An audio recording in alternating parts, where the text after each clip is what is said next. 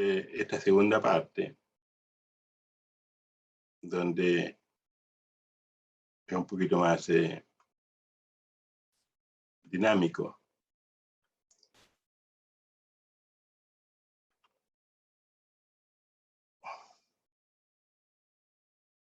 Ahí está.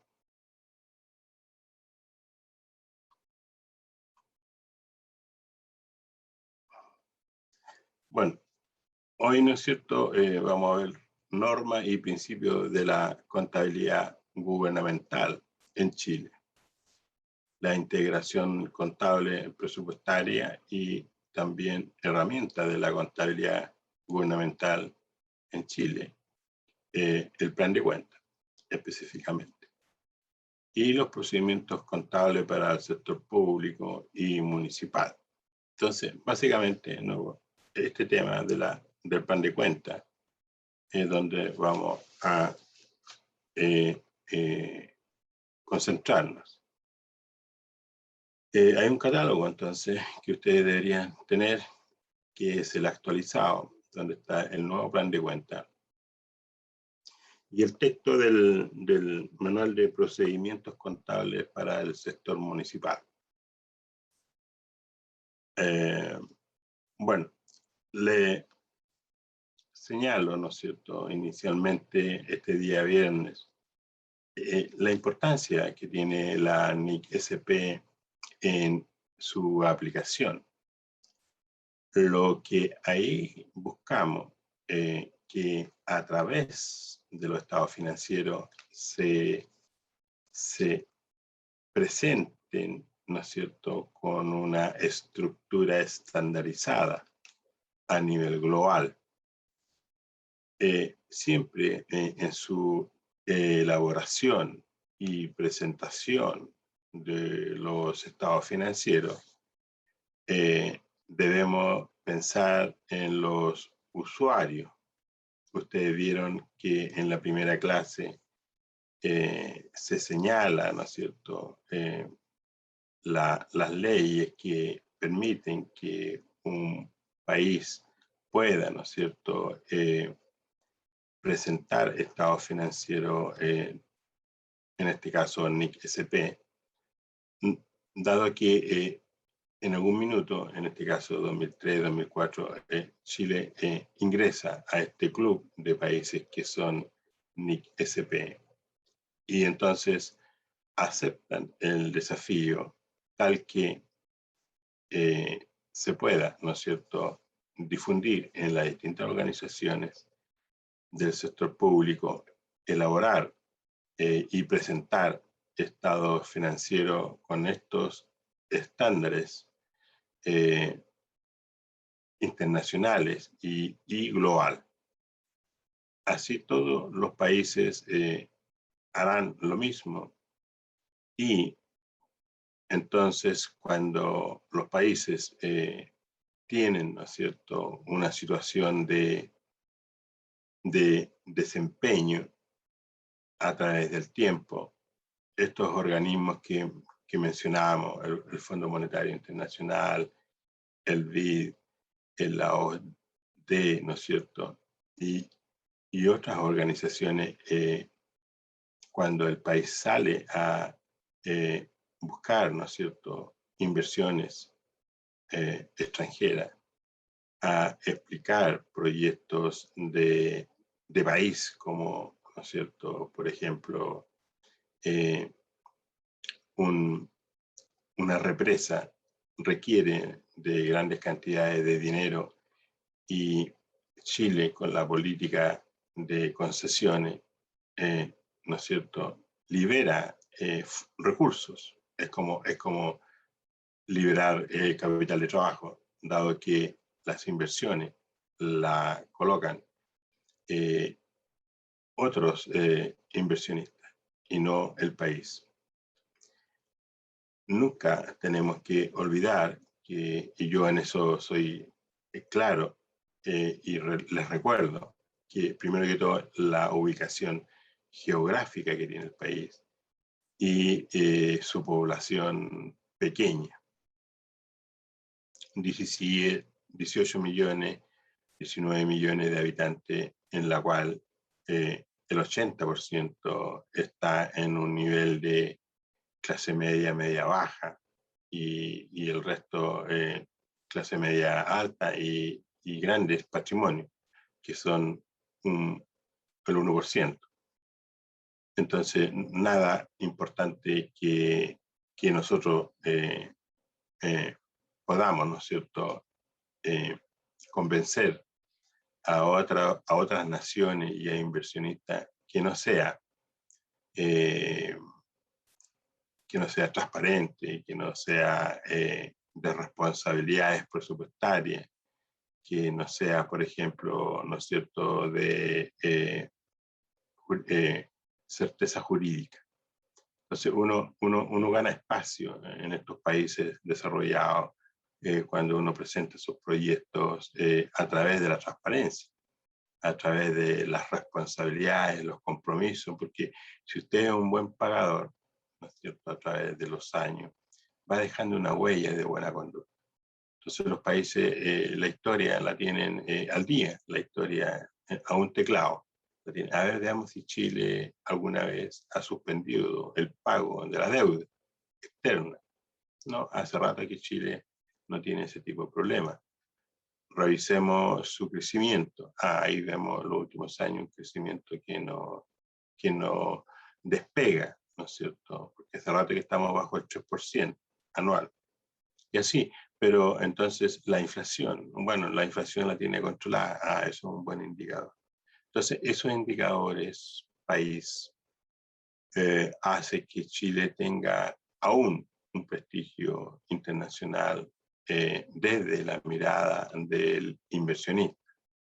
Y esa es la razón por qué las empresas chilenas van a Nueva York a presentar los proyectos y a levantar dinero para reinversión o financiar crecimientos de nuevos negocios. Entonces, esa huella que uno va dejando de buena conducta sí importa muchísimo. Entonces, es peligroso cuando uno no cumple, porque va quedando evidencia del incumplimiento de los contratos. Y los países desarrollados lo que más cuidan es la fidelidad, ¿no es cierto?, y compromiso de respetar los contratos.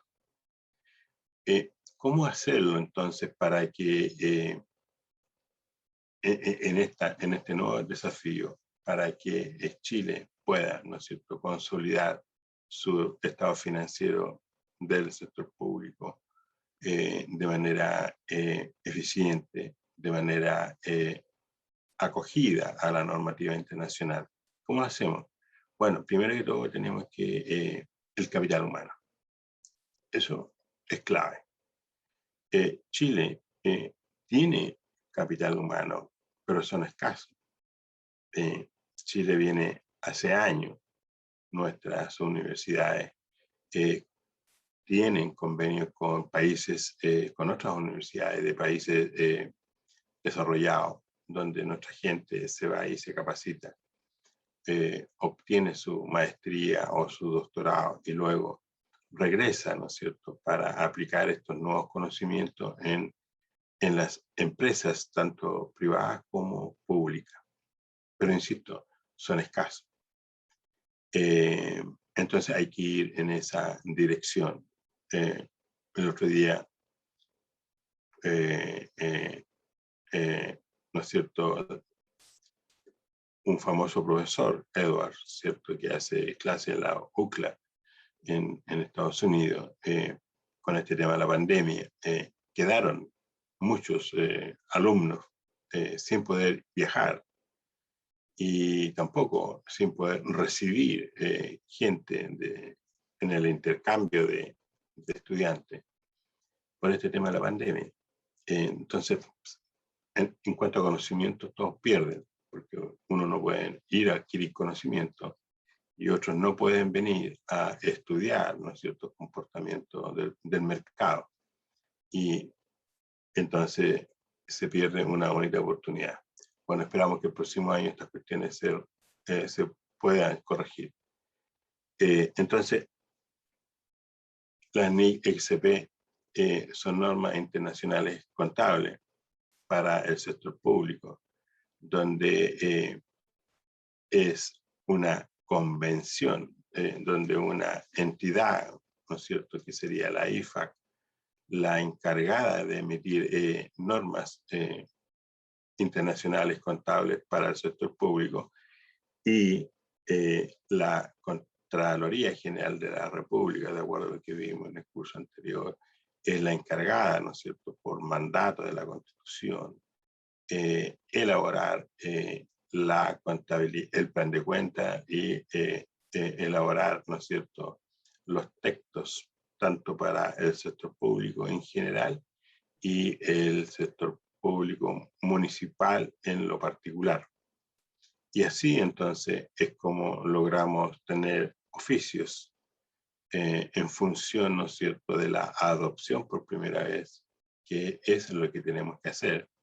También elabora un manual de procedimientos contables para el sector municipal, y también elabora un texto que es la resolución 3 del año 20 para el sector municipal. Entonces, ¿qué es lo que tenemos que hacer? Bueno, yo partí diciendo que el capital humano es importante. Bueno, la capacitación lo que busca es que justamente el capital humano a disposición del sector municipal recoja, ¿no es cierto?, estos textos y lo inicie sus estudios. Ahora bien, esto, la contabilidad del sector público es un tema que se debe estudiar en grupo y liderado en ese grupo por una persona, y delegar funciones a su grupo, tales como, por ejemplo, hacer resúmenes y de cada norma, ¿no es cierto? Ustedes ven la resolución 3, su estructura, ¿no es cierto? Hay un índice donde comienza, ¿no es cierto?, en el capítulo 1 con su plan, con su marco conceptual, ¿no es cierto?, con su marco conceptual. Entonces, primera cosa, lo novedoso de esto es que antes no teníamos un marco conceptual y ahora sí. Y ese marco conceptual es el que usted tiene que leer varias veces. ¿Por qué? Porque el marco conceptual es la esencia de lo que se espera, ¿no es cierto?, más adelante en aquellas normas que contiene esta resolución 3. Por ejemplo, los criterios del concepto de un instrumento financiero, su valoración inicial, su valoración posterior, y luego su reconocimiento o el efecto que tiene en el estado de situación. Entonces, si usted revisa el manual, ¿no es cierto?, de procedimientos contables, en ese capítulo lo primero que viene son los instrumentos financieros. Entonces, dice que se reconoce al costo, incluyendo el costo de la transacción. Luego, ¿no es cierto?, posteriormente se mide a costo amortizado. Es decir, se trae los flujos futuros a valor presente descontado una tasa, y esa diferencia que se genera entre el valor presente y el valor contable del instrumento financiero afecta resultado, afecta el resultado. Pero eso va a ocurrir, ¿no es cierto?, cuando tengamos la convergencia realizada.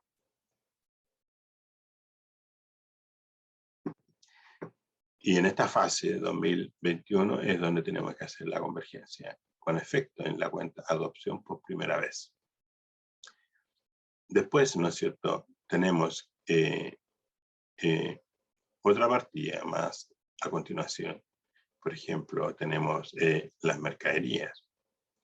Y usted ve este manual, nuevamente en su estructura es conceptual, ¿no es cierto? Es como la definición de lo que es una mercadería. Y entonces, reconocimiento de las mercaderías. Luego dice, será su valor inicial el precio de adquisición más flete, seguro, hasta puesto en bodega. Y, ¿no es cierto?, menos de cualquier descuento comercial. Por lo tanto, la norma, si usted ve la estructura, es que primero, el criterio de reconocimiento. Segundo, la valoración. ¿Cuál es el costo al inicio en este caso, la mercadería? Y después, ¿cuál es su valoración inicial? ¿Cuál es su valoración posterior? Quiero decir. Entonces, ¿cuál es su valor inicial? ¿Cuál es su valoración posterior? Entonces, inicialmente es el costo, definiendo cuáles son los elementos del costo de la mercadería menos su descuento comercial. Pero la valoración posterior lo señala, dice que es al monto menor entre el valor contable de la mercadería y su valor realizable neto. Y ahí tenemos nuestra primera desafío profesional. ¿Qué es el valor realizable neto? Entonces, bueno, también lo define. Es igual al precio estimado de venta. Es menos el costo por incurrir en el proceso de las mercaderías, ¿no es cierto?, para poder terminarlo. Y finalmente, menos el gasto por incurrir en la enajenación de la mercadería. Entonces, la norma dice, se medirá al menor entre el valor contable y su valor realizable. Entonces, si hacemos si registramos esa metodología, eso es lo que se repite en todo el texto de la resolución 3. El concepto, su valoración inicial, su valoración posterior y efectos en resultado del periodo o en resultado acumulado, siendo resultado acumulado en una cuenta patrimonial. Entonces, pero eso ocurre cuando la corporación municipal, ¿no es cierto?, ya hizo su adopción por primera vez.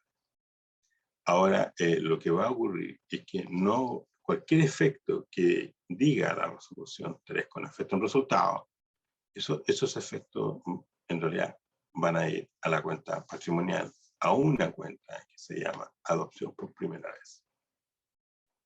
Solo en esta partida.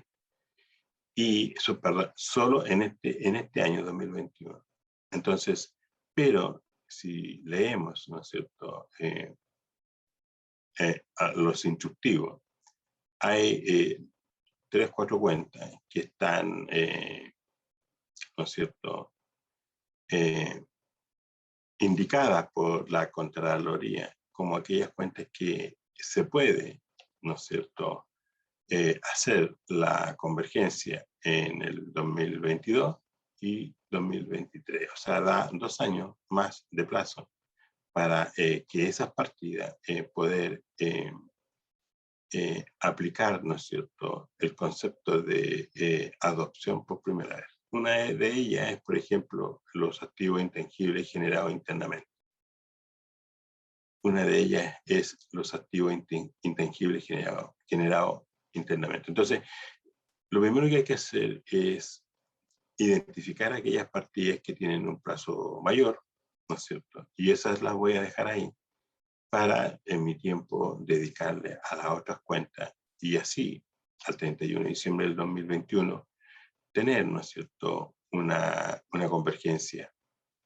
Recuerden, la convergencia antes de usted ingresar al software contable, este ajuste y reclasificaciones de partida, bajas de cuentas de saldo que se incorporan a otras partidas.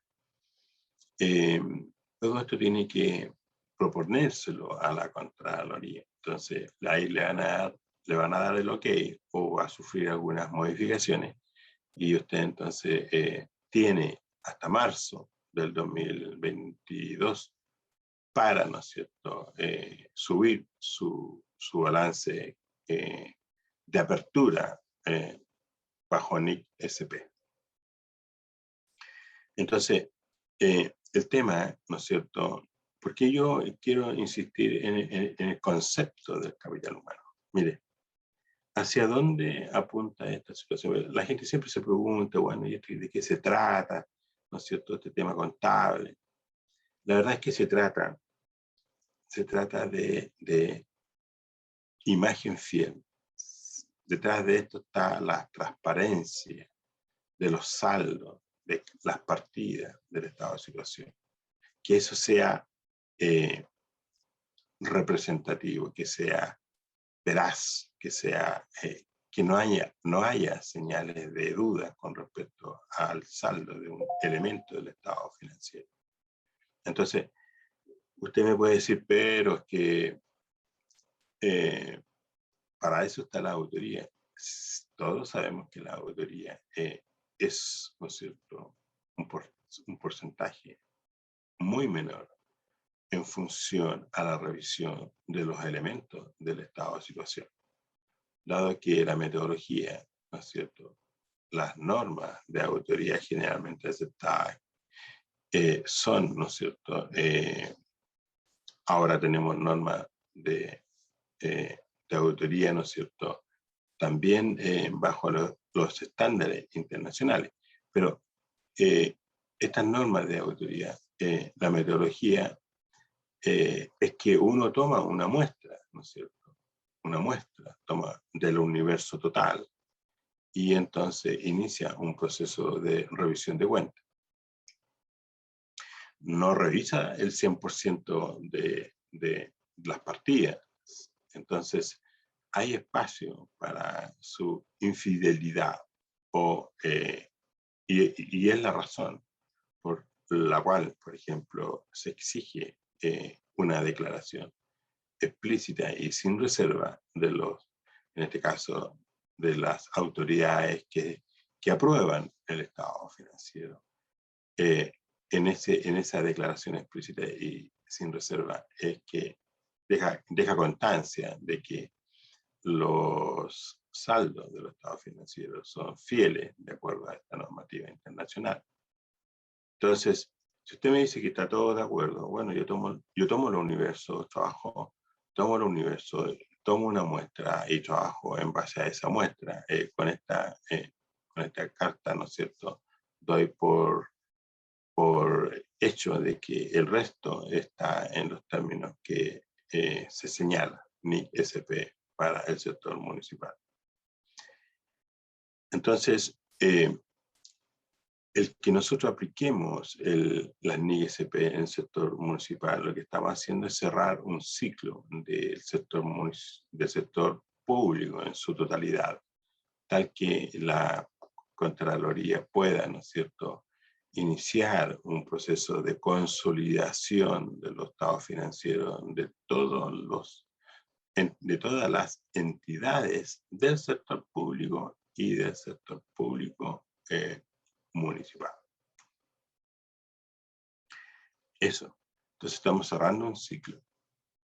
Insisto, por ejemplo, la propia Tesorería General de la República emite su estado financiero de acuerdo a la norma internacional. ENAP emite estado financiero de acuerdo a las normas internacionales. Codelco emite su norma de acuerdo a las normas internacionales. Ellos no usan, ENAP y Codelco no usan las NISP para el sector público por una razón especial, digamos. Esas dos entidades tienen convenio con organizaciones internacionales, con inversionistas, y entonces las exigencias son IFRS Full. IFRS Full, en el fondo, son las NIF completas. Desde la NIF completa, esa es la fuente, y la IFAC toma estas normas y las procesa de tal manera, las adecua para el sector público.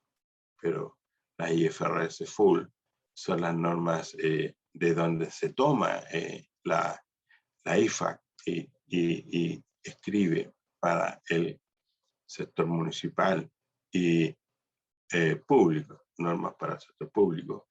Y entonces lo que hace la Contraloría es tomar esos documentos, estudiarlos y desde ahí elaborar textos como, por ejemplo, la resolución 16 del año 2015 para el sector público y ahora la resolución 3 para el sector, ¿no es cierto?, corporación municipal.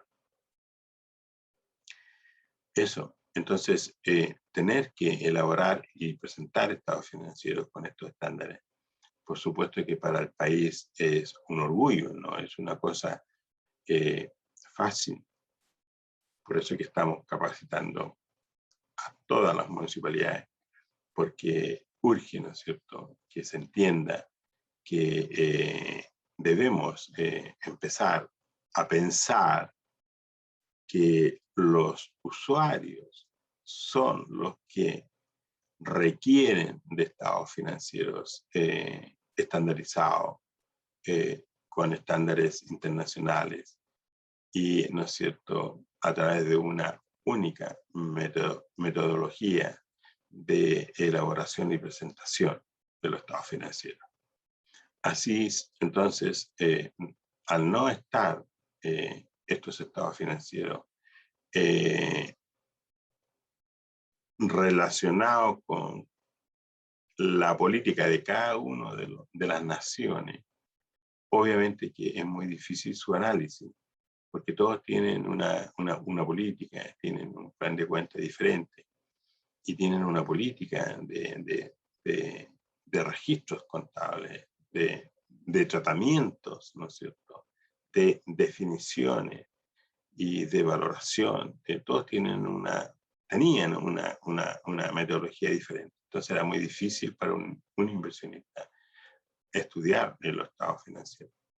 Bueno, en la práctica, ¿no es cierto?, ¿qué es lo que ocurre? Que yo tomo los datos de los estados financieros y lo proceso a través de un algoritmo, un software, ¿no es cierto? Y el software busca información y hace, ¿no es cierto?, la trazabilidad de la información para después entregarme todo lo que yo necesito, ¿no es cierto? Por ejemplo, la solvencia, ¿no es cierto?, el periodo de cobro, el periodo de pago, el patrimonio, ¿no es cierto?, los rendimientos de los activos, la relación deuda-capital, la liquidez, las rentabilidades de los activos, el KPI, ¿no es cierto?, donde al final lo que tenemos son indicadores que permiten o que dan señales de la situación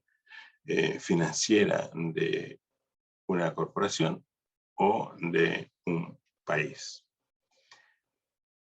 Eso. Entonces, y con esos indicadores, por supuesto que uno toma decisiones. ¿Quiénes toman decisiones? Bueno, un país como nosotros, que somos, insisto, lejanos de los mercados internacionales desarrollados, somos lejanos, ¿no es cierto? Hay gente que todavía en el mundo no sabe dónde queda Chile. Y bueno, pero Chile hoy está conectado al mundo a través de su comercio exterior. Chile es uno de los países más abiertos al comercio exterior. Entonces, y está buscando un posicionamiento, pero en los primeros 30 años se hizo eso, se posicionó.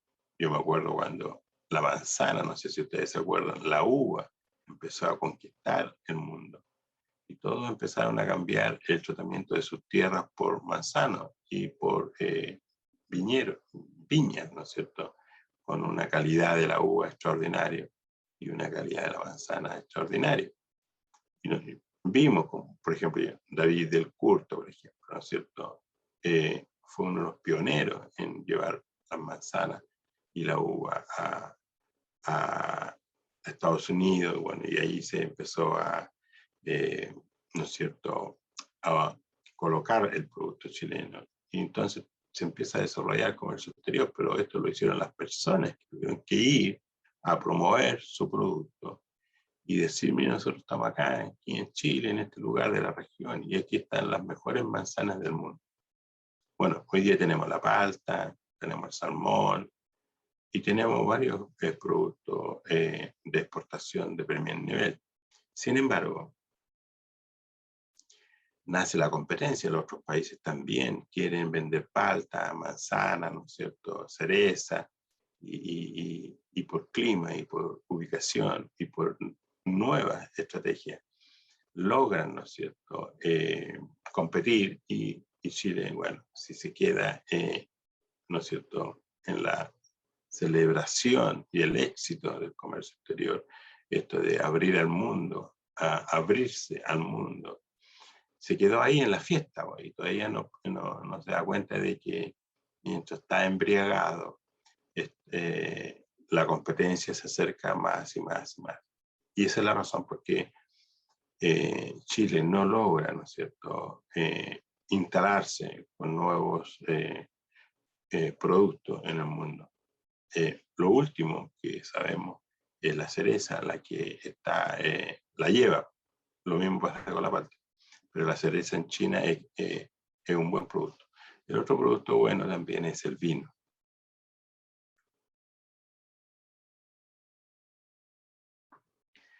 Pero hay otros productos que Chile también está promoviendo y ha tenido buen éxito, que son todos estos APP, ¿no es cierto?, donde tenemos empresas tecnológicas que han conquistado el mundo, como NoQ, Corner Shop, ¿no es cierto? Y ahora un nuevo Book, una nueva entidad que logró, ¿no es cierto?, recaudar $50 millones, y esto hizo que su empresa se valorizara en $417 millones. Pero los jóvenes hoy día, cuando tienen esta idea desarrollada y son perseverantes, insisten, ya no se quedan pegados en Chile, toman el avión y se van a los países donde ellos creen que los pueden escuchar y que pueden levantar dinero. Y por supuesto, esto arrastra, ¿no es cierto?, a inversionistas que toman riesgo y bueno, y acompañan a estas empresas emprendedoras a conquistar el mundo.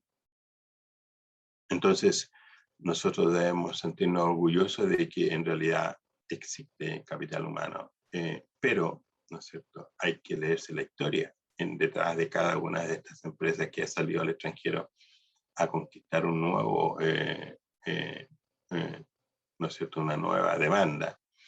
Hay que conocer la historia de cada una de esas organizaciones y cuando uno las lee se sorprende y lo que es evidente es la convicción. Ahora, ¿qué tiene que ver esto con la municipalidad? Muchísimo. ¿Por qué? Porque las empresas tienen domicilio territorial. Entonces, claramente me gustaría mucho que esté, ¿no es cierto?, en mi comuna esta empresa. Pero estamos lejos de ofrecer un capital humano, ¿no es cierto?, y un servicio de alto nivel. Entonces, las empresas salen y se posicionan y toman domicilio en el extranjero. Entonces, pero el trabajo es global. Entonces, ¿por qué yo comencé esta conversación con ustedes con respecto al capital humano? Bueno, cuando entrevistaron a este CEO, ¿no es cierto?, de la empresa Book, él señala ahí, ¿no es cierto?, la importancia de disponer de un capital humano de excelencia y que el mundo lo exige cuando ellos presentan el proyecto a los inversionistas. Las preguntas que comienzan a hacerse son: ¿quiénes son las personas que están detrás? Yo quiero el currículum, quiero ver el currículum suyo, quiero ver el currículum de quiénes son los que están en el equipo de investigación y desarrollo, quiénes son las personas que componen el organigrama. Quiero ver los currículums. Entonces, podríamos estar pensando en un tema que el capital humano forma parte, ¿no es cierto?, de la valoración de la compañía. Y esto yo hace tiempo estoy leyendo, eso se llama activos intangibles.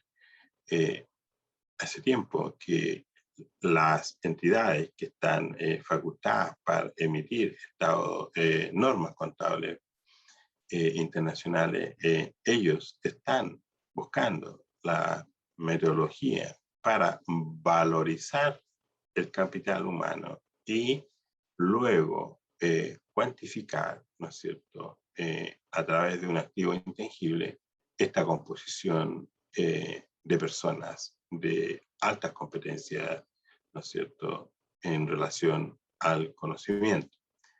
Entonces, hacia allá apunta esta cuestión. Yo le hablé en la clase anterior del alcalde de Renca. Léanse, es digno es una historia aparte. Entonces, volvemos a la esencia. Las municipalidades lo que representa es el capital humano.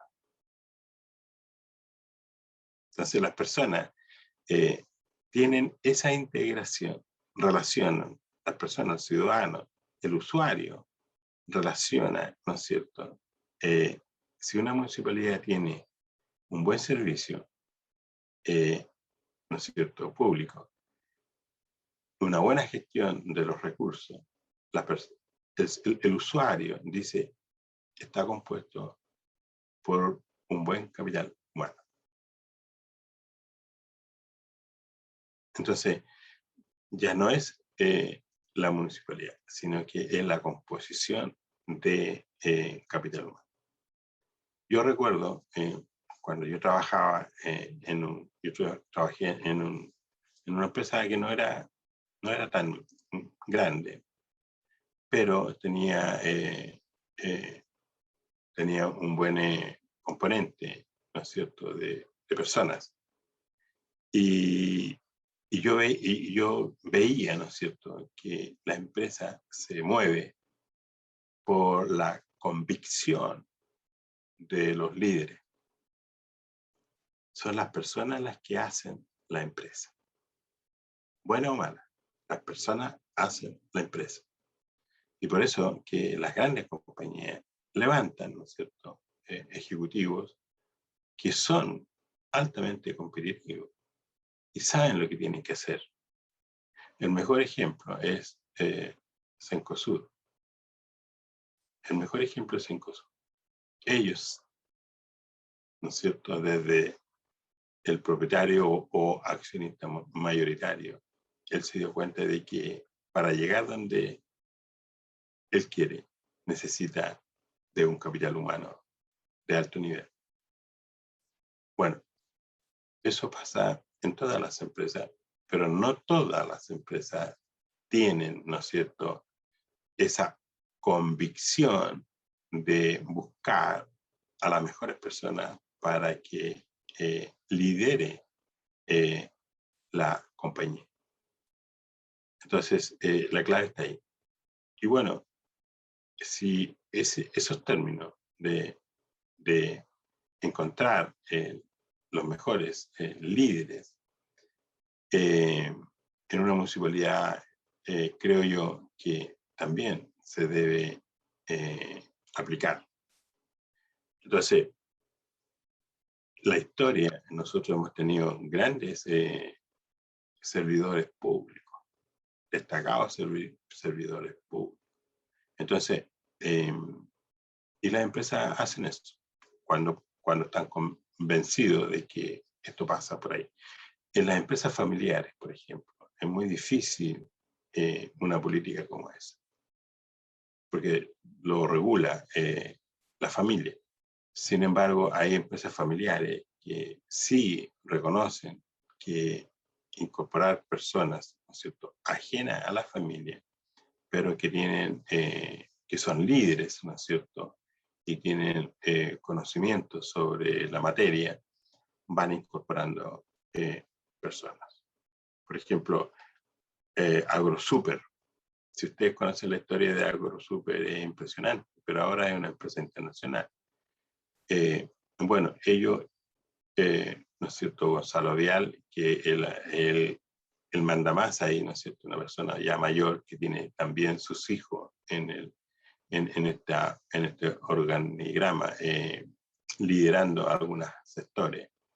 Pero también hay otros ejecutivos de alto nivel que han llevado ¿no es cierto?, a esta empresa al mundo, ubicarse, posicionarse en el mundo.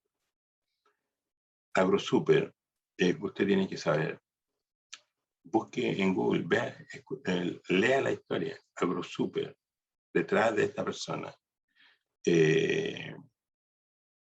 sus objetivos era, ¿no es cierto?, iniciales, era colocar en el plato, ¿no es cierto?, de comida, el pollo, masivamente.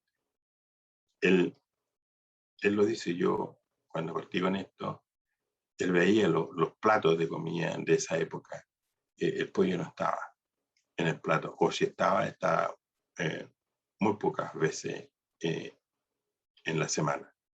Entonces comes un plato de pollo o un pollo, ¿no es cierto?, un trozo, ¿no es cierto?, un fruto, una pechuga, eso no estaba en los platos de comida de la gente de clase media, media baja. Habían otros productos. Bueno, hoy día el pollo está en todos los sectores de la sociedad, pero eso fue gracias a un proceso de producción de pollo al menor costo posible. Y esa metodología, ese es un intangible. Esa forma de producir, eso es un intangible, no es algo al azar. Alguien lo hizo, señores. Si queremos economizar, tenemos que estandarizar ciertos procesos productivos. Tenemos que tener al pollo en esta posición y darle agua y darle su avena y además una vacuna que le permita un crecimiento rápido y poderlo vender, ¿no es cierto?, en el menor plazo posible, que llegue a su peso, a su tamaño y poder entonces llegar a los supermercados y entonces finalmente al plato de comida de la gente. Le hace la historia, es muy interesante. Después él se propuso, ¿no es cierto?, con el cerdo, el super cerdo. Bueno, hoy día vemos vemos en los supermercados trozos de cerdo de muy buena calidad y se vende, se exporta. Chile es capaz de vender al mundo estos dos productos, de igual a igual, en función a la competencia. Pero esas cosas son producto de una convicción de querer hacer el mejor a nivel mundial en cuanto a producción de estos dos ítems. Después, este mismo señor, junto con su equipo de CEOs contables y de negocio, dicen, oye, pero vemos una oportunidad en los salmones. en la producción de salmón. Bueno, ahora, no hace mucho, compraron una empresa que tenía problemas de financiamiento, entonces compraron una empresa en el sur de Chile y están en eso, con los salmones. Entonces, pero ¿cuál es la mentalidad, no es cierto? Es que quiero masificar, quiero ser el mejor productor, quiero producir esto al mejor precio y calidad para que el mundo pueda disponer de estos alimentos. Eso es lo que está detrás de AgroSuper. Véanse la historia y van a poder, creo yo, mejor entender cómo una persona, a través de la convicción de llevar al plato de comida a las personas masivamente un producto como el pollo, como el salmón y como, por ejemplo, el cerdo.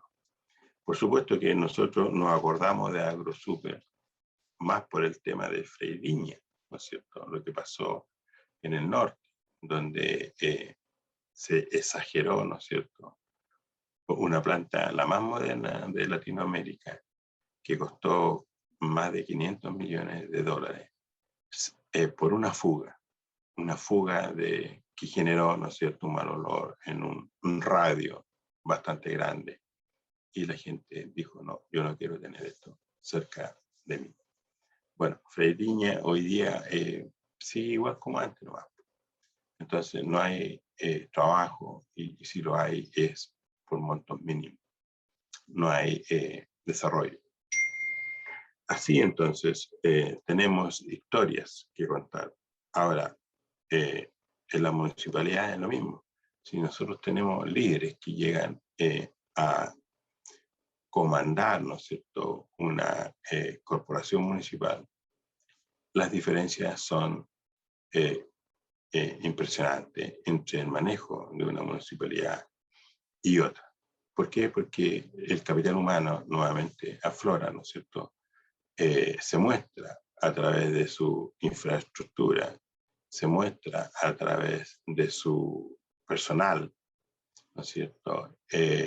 Uso de tecnología y espacios que permiten al contribuyente disponer, ¿no es cierto?, de una infraestructura adecuada para ser atendido. Entonces, yo les quería insistir en que el usuario lo que ve en una municipalidad es al capital humano. Y este concepto está siendo evaluado, ¿no es cierto?, por las entidades a cargo, que en este caso sería la IASB, y para el sector público sería el IFAC. Están viendo la probabilidad de valorizar el capital humano que dispone la organización o la entidad. Entonces, claramente que eso quiere decir que si eso se entiende bien, ¿no es cierto? Por ejemplo, en las universidades lo que buscan, ¿no es cierto?, como la Comisión Nacional de Acreditación exige que los profesores tengan un mínimo, ¿no es cierto?, de grado académico, que sería el título universitario. Pero si tú tienes, tus profesores tienen magíster, te dan más puntaje. Y si tienen doctorado, te dan más puntaje todavía. Entonces, las universidades buscan a lo menos que tenga magíster y doctorado, porque así es una variable, no es la única, es una variable que le da mucho puntaje para poder acreditarse. Bueno, yo veo eso, lo que podría ocurrir pronto en una municipalidad, ¿no es cierto? La composición de su gente hace que una municipalidad, una corporación pueda, ¿no es cierto?, ser aceptada por el usuario en general. Yo recorro muchas municipalidades, pero pero reconozco que debería visitarla más en el sector Santiago, por ejemplo. Pero sí, uno encuentra diferencias justamente no solo de infraestructura, sino de capital humano y de prestación de servicio. Bueno, eso. Entonces, vamos a ver esta ley 1263, ¿no es cierto? Decreto ley de administración financiera del Estado. Esto, ¿no es cierto?, es del año 75. Sin embargo, esta última versión es de abril del 2020.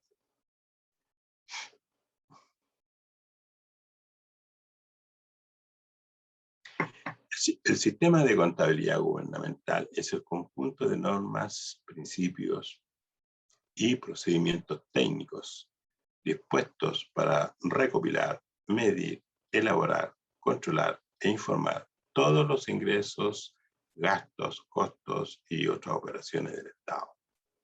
Entonces, el sistema de contabilidad gubernamental es el conjunto de normas, principios y procedimientos técnicos. Entonces, conjunto de normas.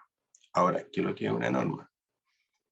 Por ejemplo, en la resolución 3, ahí están las normas para nosotros. Entonces, y es para nosotros, las normas son la resolución 3 completa, el texto completo.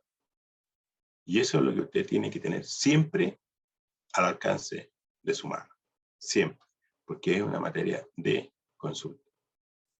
Entonces, es el conjunto de normas. Bueno, los principios y procedimientos técnicos. Los principios están en la resolución 3. Y, ¿no es cierto?, los procedimientos técnicos están en la resolución 3. Por ejemplo, veamos un ejemplo.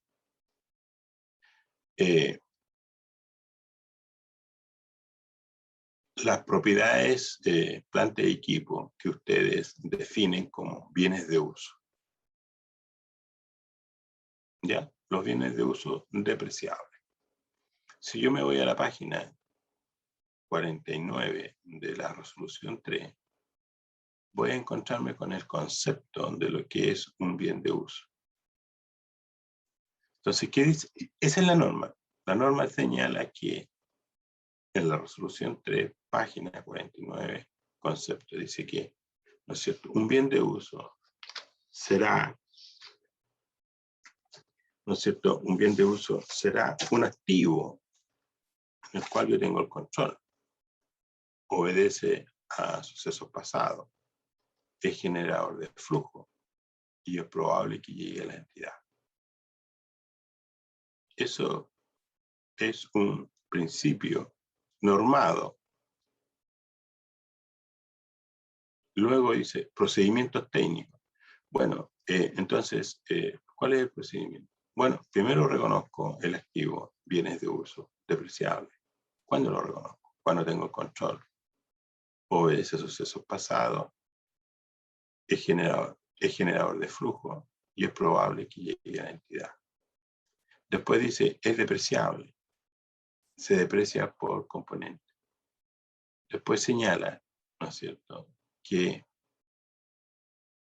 su reconocimiento inicial será al costo, al precio de adquisición, más derechos de importación, más impuestos no recuperables, más erogaciones capitalizables, más, ¿no es cierto?, el costo de cierre o el costo de rehabilitar o deshabilitar el activo. Y finalmente, menos los descuentos comerciales. También señala que si yo adquiero este activo con deuda, ese gasto financiero no forma parte del activo. Entonces, yo me voy a la resolución 3 en esa página, ¿no es cierto?, de la 49, 50, 51. Después dice que los bienes de uso depreciable se medirán la medición posterior. Dice, se medirán al costo. La medición posterior. Se medirá al costo. Y se presentará al precio bruto, ¿no es cierto?, que sería el costo inicial, menos su depreciación acumulada y menos el deterioro acumulado. Y entonces, bueno, ¿y qué es lo que es el deterioro acumulado? Esos son principios, están normados y son procedimientos técnicos. Entonces, ¿qué significa que un bien de uso depreciable se reconozca al inicio al costo y al término del periodo se reconozca el costo? Eso quiere decir, ¿no es cierto? Si yo me voy en la resolución 3, me voy a la sección de, me voy ¿no es cierto?, al concepto de deterioro. Entonces me dice que un bien de uso, ¿no es cierto?, estará deteriorado cuando el valor libre del activo esté más alto que su valor razonable. Entonces, desde el deterioro, ¿no es cierto?, que está en la resolución 3, dice, voy al bien de uso y le aplico el test del deterioro. Y habrá deterioro cuando el valor libre del bien de uso esté más alto que su valor razonable. Inclusive habla, ¿no es cierto?, qué es valor razonable. Entonces, bueno, y el efecto. El efecto, si tiene deterioro, tendrá efecto en resultado. Entonces, el sistema de contabilidad gubernamental es el conjunto de normas. Ahí están las normas, resolución 3. Ahí están las políticas, están los principios, están los procedimientos. Eso es. Entonces, en el siguiente artículo, el sistema de contabilidad gubernamental será integral y aplicable a todos los organismos del sector público. Además, será uniforme en cuanto a normas, principios, procedimientos, plan de cuentas, estados e informes financieros. Entonces, en este decreto ley, que es, ¿no es cierto?, actualizado al 2 de abril del año 20, en el artículo 63 y 64 está claro que es lo que es un sistema de contabilidad gubernamental. Es integral y aplicable a todos los organismos del sector público. Será uniforme en cuanto a normas, principios, procedimientos, plan de cuentas, estados e informes financieros. Los estados financieros son para todos. Los del sector público son 6, que sería el estado de situación o el balance general, si usted quiere, el estado de resultado, el flujo efectivo, el estado de situación presupuestaria, ¿no es cierto?, el estado de cambio en el patrimonio neto y finalmente las notas explicativas. Entonces, si yo voy trabajando con este tema de los manuales elaborados para, ¿no es cierto?, el sector municipal, necesito interiorizarme, ¿no es cierto?, dedicarle tiempo y comprometerme con la corporación para, ¿no es cierto?, que esta convergencia de una norma elaborada, ¿no es cierto?, la 6820 en el 2005 y vigente hasta el 31 de diciembre del 2020, claramente que ahí eso quedó en el pasado. Lo que tenemos ahora es una nueva normativa contable para el sector público. Y tenemos, ¿no es cierto?, un manual de procedimientos contables, ¿no es cierto?, que sería el oficio 59.000, ¿no es cierto?, 549.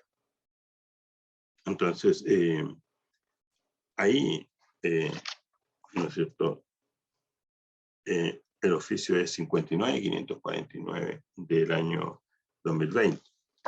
Después tenemos un instructivo de adopción por primera vez Después tenemos un plan de cuenta, ¿no es cierto? Un catálogo, donde tenemos, ¿no es cierto?, su estructura y sus niveles, donde se desagregan algunas partidas. Por ejemplo, el tema de vehículos se desagrega en terrestre, marítimo y aéreo.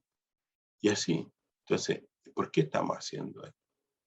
Porque estamos, ¿no es cierto?, iniciando un proceso de registros contables de un nivel internacional. Y eso requiere dedicación, compromiso, para poder elaborar y presentar los estados financieros como la Contraloría espera de las corporaciones municipales. La única manera de llegar a una buena convergencia o implementación del ISP en el sector municipal es capacitándose, pidiendo ayuda. El peor error que puede ocurrir es que no pidan ayuda.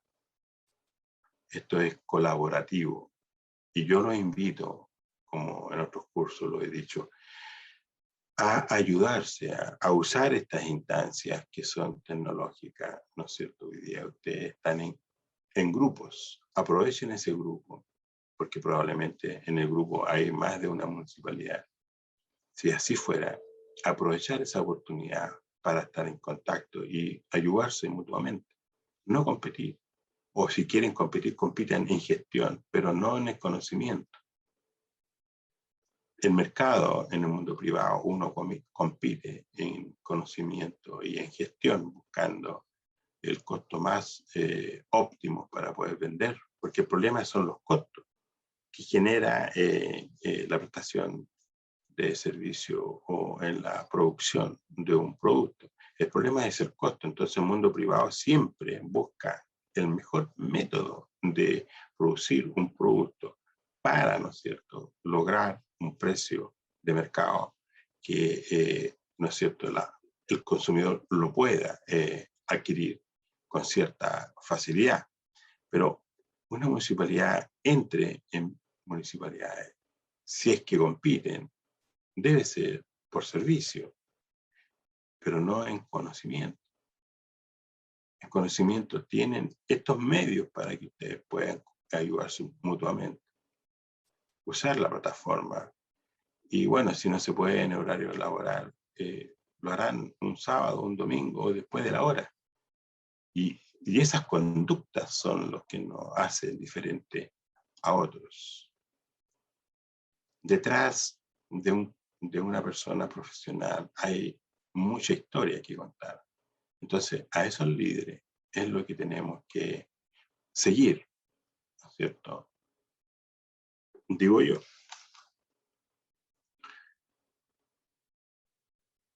Entonces, la contabilidad gubernamental, en el artículo, ¿no es cierto?, 65, señala la Contraloría llevará la contabilidad de la nación y establecerá los principios y normas contables básicas y los procedimientos por los que se regirá el sistema de contabilidad gubernamental. Entonces, las instrucciones que dicho órgano de control imparte al respecto serán de aplicación obligatoria para todos los servicios a que se refiere el artículo 2 de este decreto ley. Entonces, ya sabemos que la Contraloría es la que emite estos documentos y lo único que nosotros tenemos que hacer es estudiarlo, ¿ya? Y sobre todo la parte de contenido, ¿no es cierto? Porque los códigos, bueno, uno de los códigos, el mismo sistema, ¿no es cierto? Cuando yo ingreso plan de cuenta a la plataforma, al software, ¿no es cierto? Cuando ingreso el plan de cuenta, bueno, ahí está.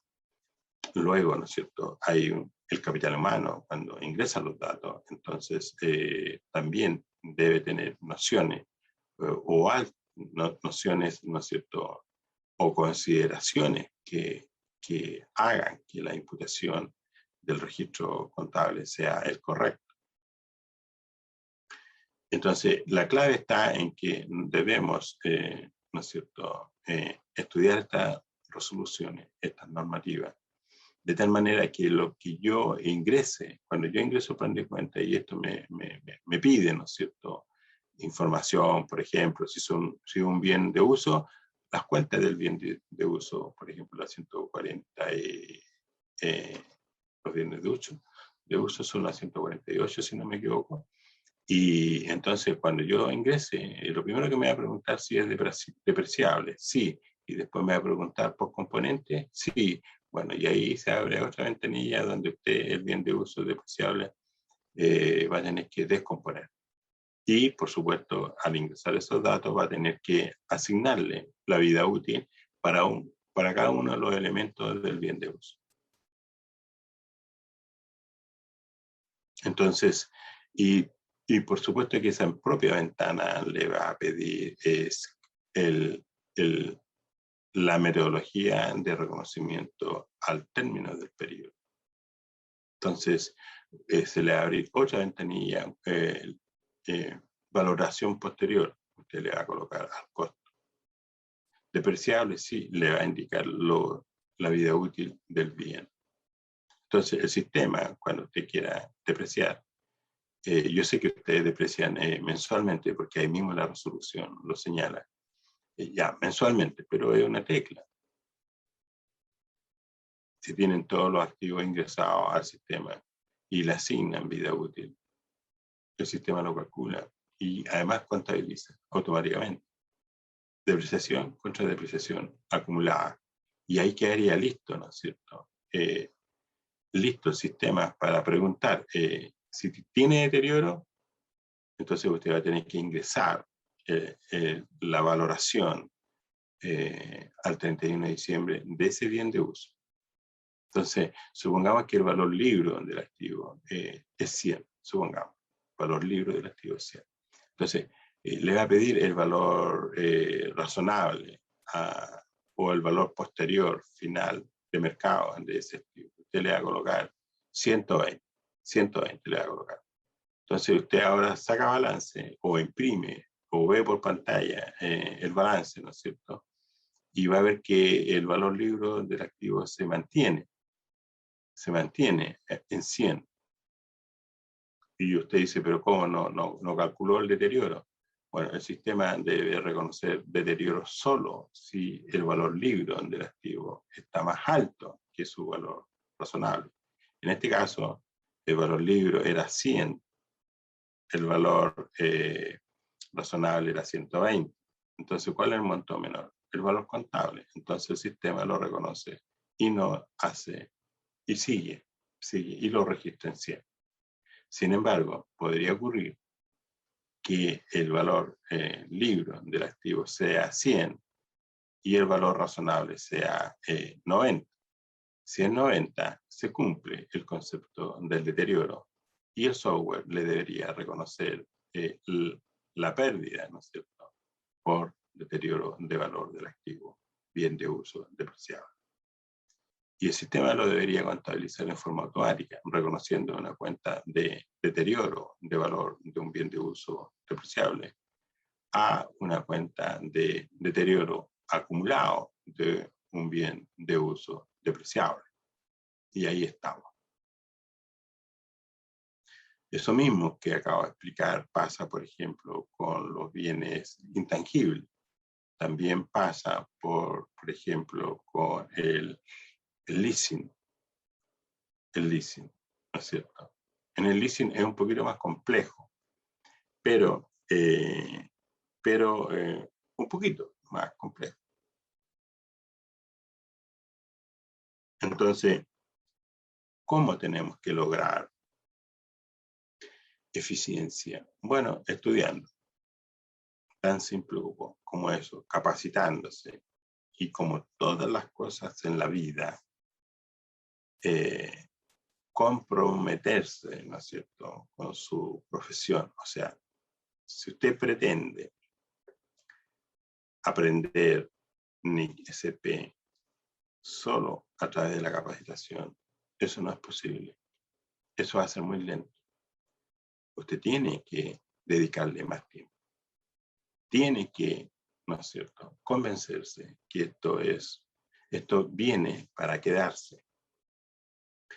Y que si usted no tiene estas competencias, debe entonces reaccionar favorablemente y rápidamente buscar un grupo que se motive con estos desafíos contables a nivel internacional. Entonces, y formar grupo, usar esto que es Zoom, es gratis, o Google Meet también es gratis. Y ustedes pueden entregar información, pueden conversar sobre una situación en particular y resolver. Hoy habrá otra municipalidad por ahí que había ocurrido esto. Bueno, como ya están en grupo, prácticamente están conectados todos. Aprovechar esto. Bueno, los registros y estados contables primarios que determinen con valor, ¿no es cierto?, general, y que informen sobre las operaciones presupuestarias de fondos y de bienes deberán ser llevados por las unidades de contabilidad adscritas a los respectivos servicios, y en la medida que estas unidades estén en condiciones de asumir las funciones operativas que se les asignen. Entonces, tenemos un tremendo compromiso con nuestra entidad. Yo les puedo contar que no es que yo sea, como dicen por ahí, oiga, usted, no, nada. Aquí hay muchos años de experiencia y de lectura y de docencia.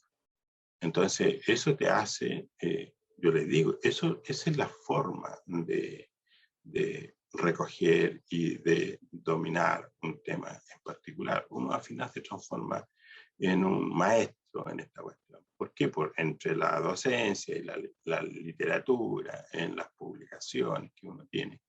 Bueno, claramente al final uno se da cuenta de que todo el resto, el tiempo es oro, entonces solo nos dedicamos a este tema contable, financiero y tributario.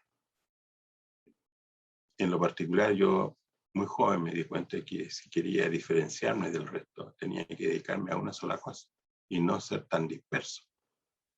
Y así es, con los años uno va logrando dominio sobre ciertos temas y uno vive de eso, ¿no es cierto?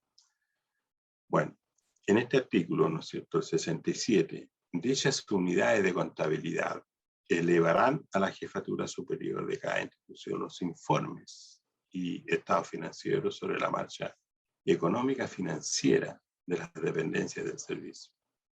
Será de la competencia de la Contraloría el control y supervisión técnico de las unidades mencionadas en los incisos anteriores, con el fin de mantener la coordinación y uniformidad del sistema.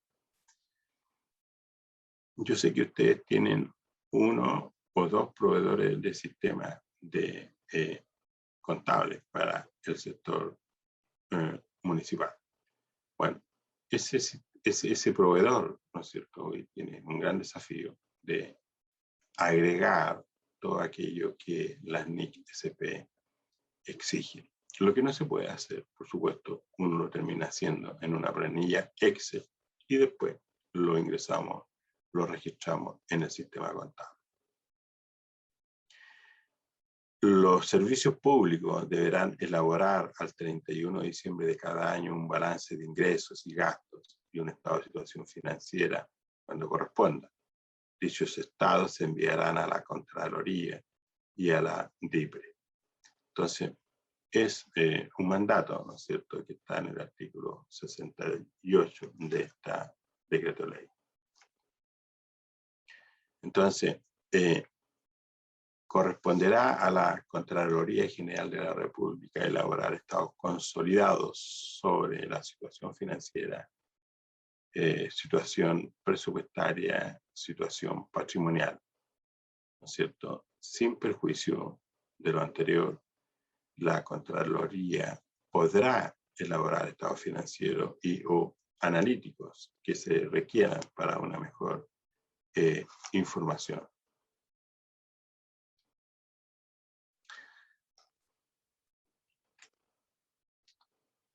Ya, entonces,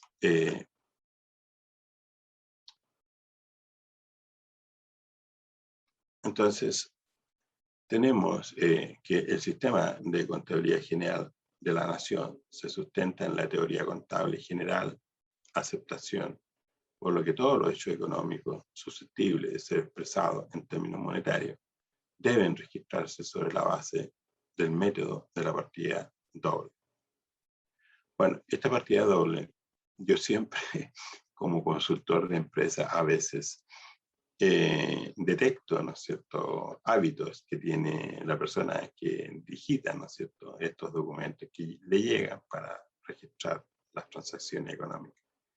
A veces, ¿no es cierto?, el apremio, el apuro, el que ingresa los datos, los ingresa de tal manera que mientras cuadra la información, él debe ir a ver. Entonces vamos pasando al documento siguiente, sin hacer mucho esfuerzo en, ¿no es cierto?, en la imputación eficaz desde el punto 1, desde el primer minuto. No, después lo arreglo, después lo ajusto, después lo reclasifico, y ese después, eso no es posible. Eso no se debe aceptar. Se debe, insisto, recuerden el inicio de la conversación, el capital humano no puede darse ese lujo de ingresar mal la información al inicio para después corregir.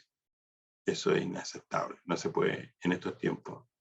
Eso es algo que tiene un alto costo presupuestario, si usted quiere decir, que le está pagando a una persona para hacer el trabajo bien a la primera. Entonces, yo me doy cuenta cuando voy a las empresas, yo le digo, por ejemplo, mi estilo cuando voy a la empresa, bueno, saludar a todo el departamento contable, conocerme los nombres y saber lo que hacen. Entonces, me siento al lado de él y lo acompaño. Y yo veo ahí que la persona se incomoda. Y eso queda demostrado que no está acostumbrado a que alguien lo controle. Ese es el primer error. El primer error. Y eso es porque nuestra cultura no considera, bueno, en pocas partes me ha tocado que sí existe, pero en la mayoría no existe, que es controlar a la persona, qué es lo que hace durante el día. Acompañarlo. Entonces, un profesional, hoy día soy todo tuyo, a las 9 hasta las 5:30. Y no se despega, vamos a almorzar juntos, trabajamos juntos, y entonces uno puede medir aquellos hábitos, en este caso, del que ingresa los datos al sistema contable. Entonces uno ve ahí, primera cosa, que se incomoda cuando lo están acompañando. Y curiosamente, ese día es el día más productivo, curiosamente digo yo, porque en los otros días, como no hay un control en vivo y en directo, la persona con su audífono, escuchando música y quizás qué cosa más, y empieza a digitalizar. Y uno ve después, cuando hace la revisión de, ¿no es cierto?, digital, la auditoría, uno ve que la persona ingresó 10 veces a una cuenta y después 10 veces hizo reclasificaciones, 10 veces hizo ajustes, 10 veces y así, 10 veces. Bueno, si usted lo toma eso en minutos, es mucho. En un año es muchísimo. Y eso es pérdida. Eso se llama, ¿no es cierto?, ineficiencia o baja productividad. ¿Cómo mido yo a la persona entonces su eficiencia? Colocando control. O buscar personas que tengan conciencia de lo que significa ingresar bien la información al instante. Por supuesto que los hay. Entonces, pero son los menos. Entonces, ahí hay que reforzar al personal y señalar que la importancia que tiene que ingresen la información bien al instante.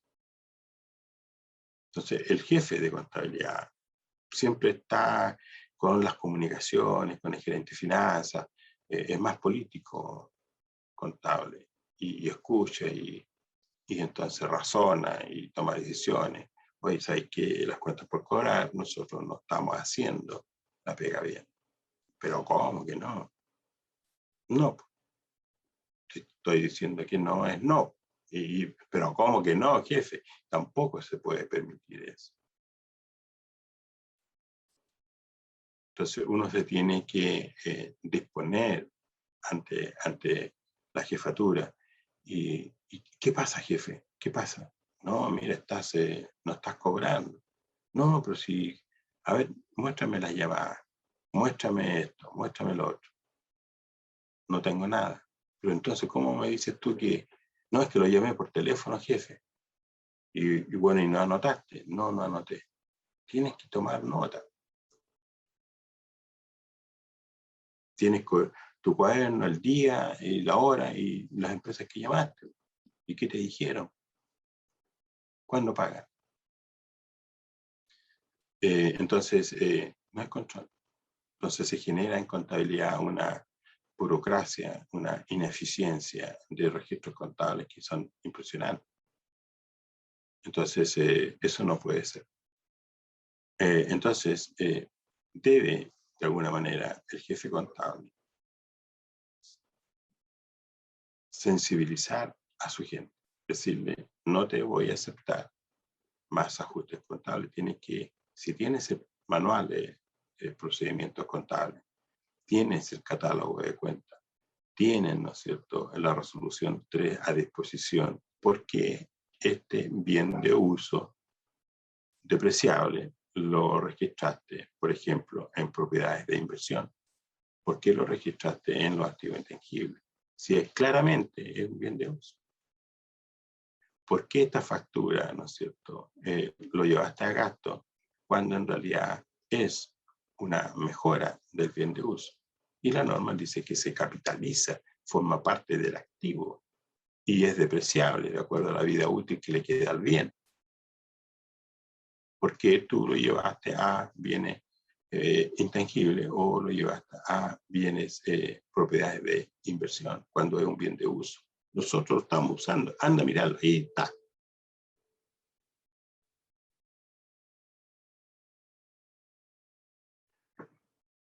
Eso es que ahí está. Me trae recuerdo de una situación bien particular que se la voy a explicar. Mire, los servicios, la contabilidad de la prestación de servicio no es fácil. No es lo mismo para una contabilidad de una empresa que produce productos y los vende. No es lo mismo. Los servicios es un intangible, no se ve. Entonces, hay problemas de medición en el registro contable. Entonces, una empresa en la cual yo soy consultor, estuvimos 2 años arreglando un problema ahí, producto de, por supuesto, que había un capital humano desordenado, que no tenía un líder contable responsable. Entonces, cuando a mí me llamaron porque un alumno fue contratado como gerente de finanzas y me dice, profe, aquí hay un problema, ¿usted nos puede ayudar? Claro, sí, ese es mi trabajo. Listo, fuimos para allá. Primera cosa, todo el departamento contable estaba en una situación de informalidad. Entonces lo fuimos cambiando de a uno hasta cambiar todo el equipo completo. Entonces, yo le hice ver que la importancia, lo que estamos conversando, y todos estamos de acuerdo, ya estamos de acuerdo. Entonces, el servicio consistía en un cilindro, este es un cilindro, para todos los efectos que usted es una calculadora, pero es un cilindro. Pero dentro del cilindro hay tecnología. Y esta tecnología, ¿no es cierto?, permitía controlar o medir las temperaturas, por ejemplo, de los contenedores cuando se embarcan con, por ejemplo, frutas. Y tiene que, en 30, 45 días, tiene que llegar en condiciones al otro lado del continente. Y entonces, esta maquinita, este cilindro, envía señales a la satelital. Entonces, en la oficina llegaba el registro, la aguja, ¿no es cierto? Iba estándar. Estaba tranquilita ahí, mientras no hubiera alto y bajo. Si había un alto y bajo, se quedaba registrado en el computador. Entonces uno podía asegurarse que la fruta iba en buenas condiciones y llegó en buenas condiciones. Pero en la contabilidad, cuando te llega una factura por una tecla o por un chip o por, ¿no es cierto?, por partes y piezas que están dentro del cilindro, no te lo imaginas. Entonces, la contabilidad siempre, el gasto era más que el costo de venta. Entonces, la gerente general, que era la que tenía aquí en la mente el costo del cilindro, no cuadra con lo que dice la contabilidad.